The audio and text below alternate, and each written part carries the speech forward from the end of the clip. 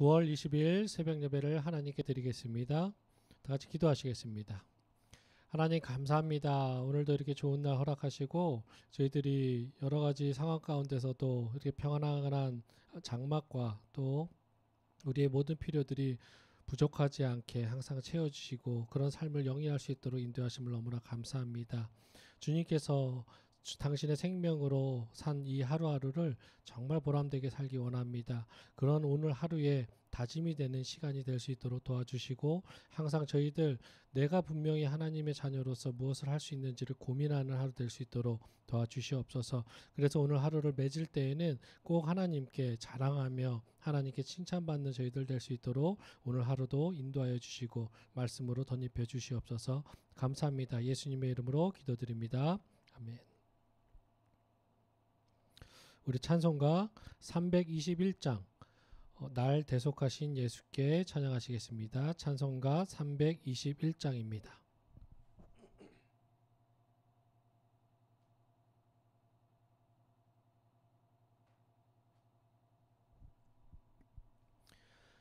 날 대속하신 예수께 내 생명 모두 드리니 늘 진실하게 하소서. 내 구주 예수여 나 구주 위에 살리라. 내 기쁨 한량 없으리. 내 갈 길 인도하소서. 내 구주 예수여 날 구원하신 예수께 일평생 의지하오니 날 영접하여 주소서. 내 구주 예수여 나 구주 위에 살리라. 내 기쁨 한량 없으리. 내 갈 길 인도하소서. 내 구주 예수여 주 십자가에 달리사 날 자유하게 했으니 내 몸과 마음을 주 위에 다 쓰게 하소서. 나 구주 위에 살리라. 내 기쁨 한량 없으리. 내 갈 길 인도하소서. 내 구주 예수여 아멘. 오늘 나눌 하나님의 말씀은 사무엘하 2장 12절부터 32절입니다. 다 같이 찾겠습니다. 사무엘하 2장 12절부터 32절입니다.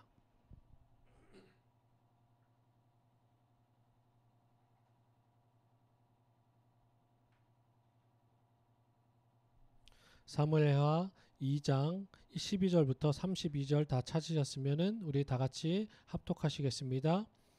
넬의 아들 아브넬과 사울의 아들 이브보셋의 신복들은 마하나임에서 나와 기브온에 이르고 수르야의 아들 요압과 다윗의 신복들도 나와 기브온 못가에서 그들을 만나 함께 앉으니 이는 못 이쪽이요 그는 못 저쪽이라. 아브넬이 요압에게 이르되 원하건대 청년들에게 일어나서 우리 앞에서 겨루게 하자. 요압이 이르되 일어나게 하자 하매 그들이 일어나 그 수대로 나아가니 베냐민과 사울의 아들 이브보셋의 편에 12명이요 다윗의 신복 중에 12명이라. 각기 상대방의 머리를 잡고 칼로 상대방의 옆구리를 찌르며 일제히 쓰러진지라. 그러므로 그곳을 헷갓 핫수림이라 일컬었으며 기브온에 있더라. 그날에 싸움이 심히 맹렬하더니 아브넬과 이스라엘 사람들이 다윗의 신복들 앞에서 패하니라. 그곳에 수르야의 세 아들 요압과 아비새와 아사헬이 있었는데 아사헬의 발은 들노루같이 빠르더라. 아사헬이 아브넬을 쫓아 달려가되 좌우로 치우치지 않고 아브넬의 뒤를 쫓으니 아브넬이 뒤를 돌아보며 이르되 아사헬아 너냐 대답하되 나로다. 아브넬이 그에게 이르되 너는 왼쪽으로나 오른쪽으로나 가서 청년 하나를 붙잡아 그의 군복을 빼앗으라 하되 아사엘이 그에게 하기를 원하지 아니하고 그의 뒤를 쫓으매 아브넬이 다시 아사엘에게 이르되 너는 나 쫓기를 그치라. 내가 너를 쳐서 땅에 엎드려지게 할 까닭이 무엇이냐. 그렇게 하면 내가 어떻게 내 형 요압을 대면하겠느냐 하되 그가 물러가기를 거절하매 아브넬이 창 뒤 끝으로 그의 배를 찌르니 창이 그의 등을 꿰뚫고 나간지라. 곧 그곳에서 엎드러져 죽음에 아사엘이 엎드러져 죽은 곳에 이르는 자마다 머물러 섰더라. 요압과 아비새가 아브넬의 뒤를 쫓아 기브온 거친 땅의 길가 기아 맞은 쪽 암마 산에 이를 때에 해가 졌고 베냐민 족속은 함께 모여 아브넬을 따라 한 무리를 이루고 작은 산 꼭대기에 섰더라. 아브넬이 요압에게 외쳐 이르되 칼이 영원히 사람을 상하겠느냐. 마침내 참혹한 일이 생길 줄을 알지 못하느냐. 내가 언제 무리에게 그의 형제 쫓기를 그치라 명령하겠느냐. 요압이 이르되 하나님이 살아계심을 두고 맹세하노니 내가 말하지 아니하였더라면 무리가 아침에 각각 다 돌아갔을 것이요 그의 형제를 쫓지 아니하였으리라 하고 요압이 나팔을 불매 온 무리가 머물러 서고 다시는 이스라엘을 쫓아가지 아니하고 다시는 싸우지도 아니하니라. 아브넬과 그의 백성들이 밤새도록 걸어서 아라바를 지나 요단을 건너 비드온 땅을 지나 마하나임에 이르니라. 요압이 아브넬 쫓기를 그치고 돌아와 무리를 다 모으니 다윗의 신복 중 19명과 아사엘이 없어졌으나 다윗의 신복들이 베냐민과 아브넬에게 속한 자들을 쳐서 360명을 죽였더라. 무리가 아사엘을 들어올려 베들레헴에 있는 그의 조상 묘에 장사하고 요압과 그의 부하들이 밤새도록 걸어서 헤브론에 이른 때에 날이 밝았더라. 아멘. 오늘은 인간적 만족, 인간적 욕구에 인생을 허비하지 맙시다 라는 제목으로 하나님 말씀 나누겠습니다. 본문을 먼저 살펴보면 사울의 사후부터 다윗이 전 이스라엘의 왕으로 즉위하고 수도를 헤브론에서 예루살렘으로 천도하기까지의 역사와 사건을 다루는 연속 부분이라고 할 수 있습니다. 여기서는 남쪽 유다와 북쪽 이스라엘 간의 기브온 전투에 대해서 다루고 있습니다. 구체적으로 구절별로 살펴보면 12절부터 17절은 기브온 목가에서 북쪽 이스라엘과 남쪽 유다 간의 전쟁이 반발하여서 격심한 전투 끝에 북쪽 이스라엘이 패배하였음을 보도하고 있습니다. 18절부터 23절은 요압의 동생 아사엘이 패주하는 북쪽 이스라엘의 군장 아비넬을 추격하다가 아비넬의 창에 찔러 죽은 사실을 말하고 있습니다. 24절부터 29절은 요압을 향한 아브넬의 휴전 제의를 요압이 받아들여서 유다와 이스라엘이 이제는 휴전이 성립된 사실을 말하고 있습니다. 끝으로 30절부터 32절은 기브온 전쟁의 결과 유다가 아사엘과 19명, 이스라엘이 360명의 전사자를 내었음을 말해주며 오늘 본문을 마치고 있습니다. 우리가 알듯이 이스라엘은 사울이 죽은 뒤 하나로 통일되지 못하고 남북으로 분열되어서 지금의 우리나라와처럼 남북이 갈라진 정부가 세워졌습니다. 이러한 각각의 단독 정부 수립은 당연히 두 정부 간의 정통성 시비를 불러일으킬 수밖에 없었습니다. 그러므로 서로 정통성을 주장하는 두 지배 세력 간의 갈등은 필연적이었습니다. 즉 남쪽 다윗의 유다 정부와 북쪽 이스보셋의 이스라엘 정부 간의 기브온 전투는 필연적인 결과물이고 안타까움이라고 할 수 있을 것입니다. 세상의 왕국과 같은 시각으로 상식적으로 본다면 이스보셋의 이스라엘 정부가 사울의 왕조를 계승한다고 할 수 있습니다. 뿐만 아니라 10지파의 지지를 받았기 때문에 정통성을 주장하는데 우선순위는 어쩌면 이스보셋이라고 말할 수도 있을 것입니다.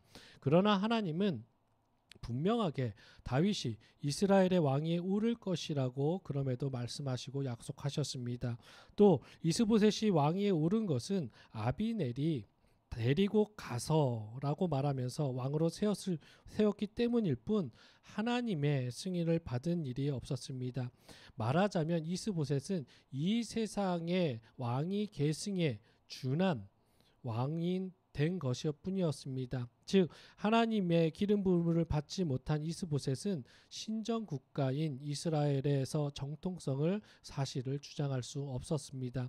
그러나 이스보셋은 인본주의적 입장에서 자신의 왕권의 정통성을 주장하였으므로 하나님에 의해 선택되고 기름 부음을 받은 신본주의적 정통성을 지닌 다윗과 충돌할 수밖에 없는 상황인 것입니다.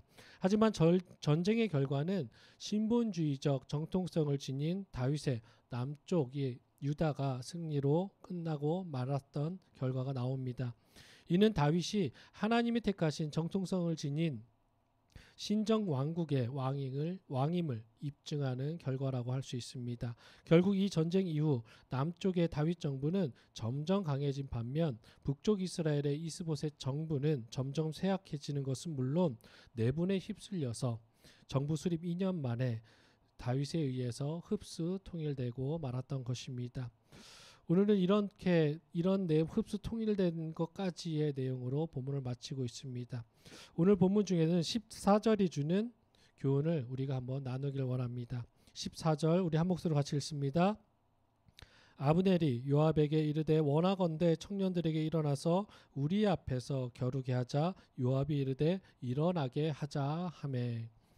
북이스라엘의 국방장관 아브넬과 다윗의 국방장관 요압이 전쟁 게임을 하겠다라고 말하고 있는 것입니다.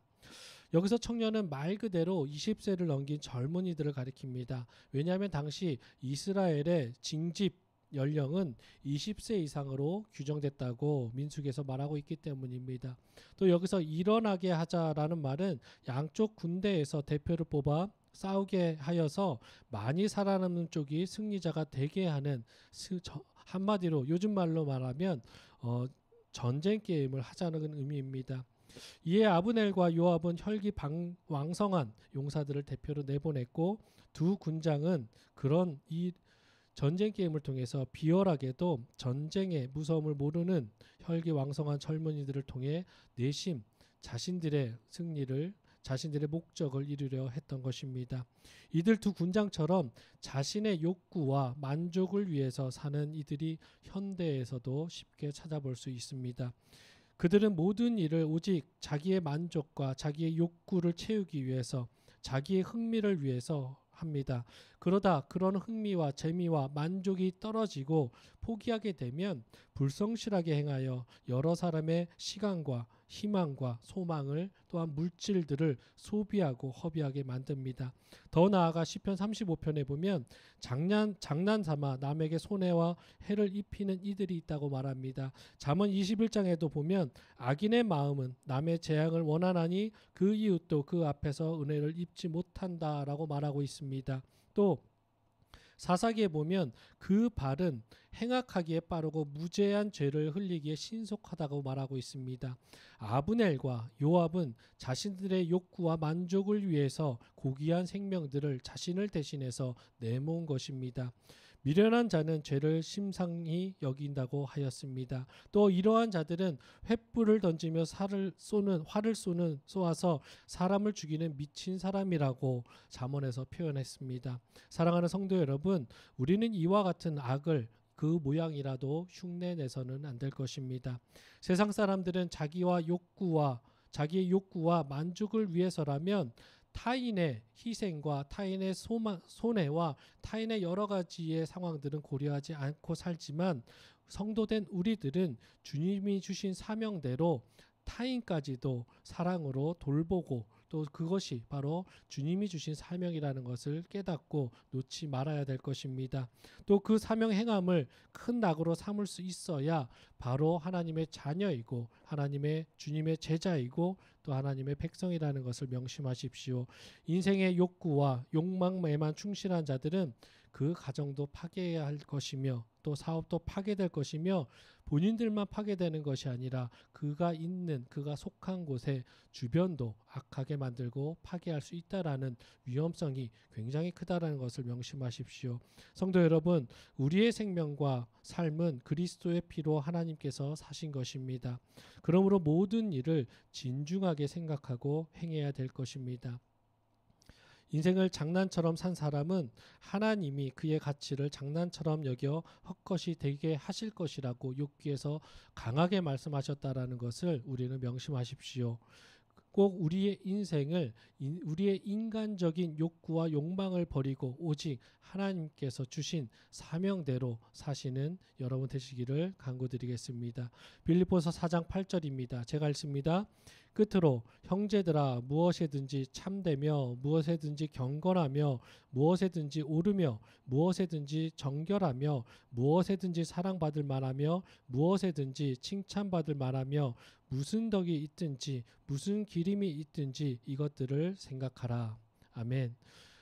하나님께서 주님께서 목숨으로 사신 우리의 삶, 우리의 하루하루, 우리의 이 시간 모든 시간들을 허비하지 않기를 소망하고 권면드리겠습니다.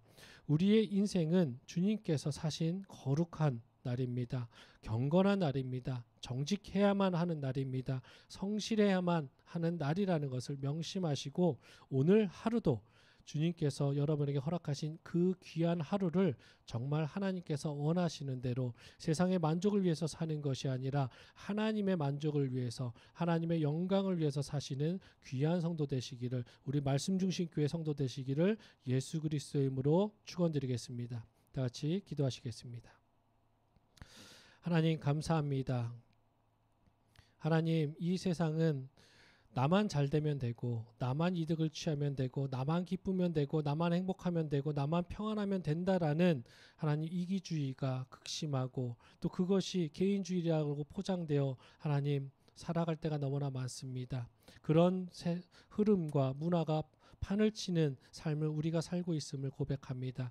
주님, 그럼에도 불구하고 우리는 하나님의 자녀임을 기억하게 하여 주시옵소서. 하나님, 세상은 그렇게 산다고 할지라도 세상은 자기만을 위해서 산다고 할지라도 하나님, 우리는 우리를 위해서 사는 저희들 되게 하여 주시옵소서. 우리 모두를 위해서 사는 우리의 삶이 될 수 있도록 도와주시옵소서. 하나님, 목숨으로 하나님 우리를 사랑하셨던 것을 증명하셨듯이 하나님 우리의 모든 것을 내어주며 우리가 세상을 사랑한다라는 것을 증명하는 저희들 될 수 있도록 도와주시옵소서. 오늘 하루도 나를 위해서 사는 것이 아니라 우리를 위해서 너를 위해서 사는 저희들 되게 하시고 꼭 우리의 오늘 하루가 하나님의 그 사랑을 널리 흘려보내는 하루가 될 수 있도록 우리 성도님 모두를 하나님 각자 그 마음과 하나님 행동들을 붙잡아 주시옵소서. 감사드립니다. 예수님의 이름으로 기도드립니다. 하늘에 계신 우리 아버지여, 이름이 거룩히 여김을 받으시오며 나라가 임하시오며 뜻이 하늘에서 이루어진 것 같이 땅에서도 이루어지이다. 오늘 우리에게 일용할 양식을 주시옵고 우리가 우리에게 죄 지은 자를 사하여 준 것 같이 우리 죄를 사하여 주시옵고 우리를 시험에 들게 하지 마시옵고 다만 악에서 구하시옵소서. 나라와 권세와 영광이 아버지께 영원히 있사옵나이다. 아멘. 우리 시간에 말씀을 생각하시면서 다 같이 좀 기도했으면 좋겠습니다. 먼저 우리 교회 3가지 정도 중보기도를 나누고 그 중보기도 하신 다음에 각자 말씀을 생각하시고 또 각자 가져온 기도 제목으로 기도하셨으면 좋겠습니다. 첫 번째 우리 중보기도는 지금 태풍이 또 남마돌이 계속 북상하고 지금 영향권에 있는데 피해 복구와 안전을 위해서 또 피해 보신 분들의 그 마음 가운데 평안이 있을 수 있도록 기도해 주셨으면 좋겠습니다. 두 번째로 세계를 위해서 기도하실 텐데 러시아와 우크라이나 종전이 될 것처럼 계속 얘기를 하고 있지만 아직도 각 나라의 서로의 이익과 이런 이해 충돌이 계속되어서 많은 사람들이 무고한 생명들이 하나님을 알지도 못하고 죽어가고 있는데 정말로 빨리 이곳에 종전과 평화가 임하고 또한 하나님 모르고 죽어가는 영혼들 없을 수 있도록 복음이 흘러가고 또 복음이 넘칠 수 있도록 기도해 주셨으면 좋겠습니다. 마지막으로 우리 말씀 중심 교회를 위해서 기도하실 텐데 교회의 처소에 계약과 또 이사와 또 정리와 또 예배를 드릴 수 있는 첫 예배를 드리는 그 시기까지 계속해서 기도해 주셨으면 좋겠습니다. 그래서 하나님께서 원하시는 예배의 전이 생길 수 있도록 또 하나님께서 인도하시는 곳에 우리가 잘 안착해서 그곳에서 하나님의 복음을 흘려보낼 수 있도록 우리 서로 각자 최선을 다해서 기도해 주셨으면 좋겠습니다. 다 같이 기도하시겠습니다. 하나님 감사합니다. 오늘도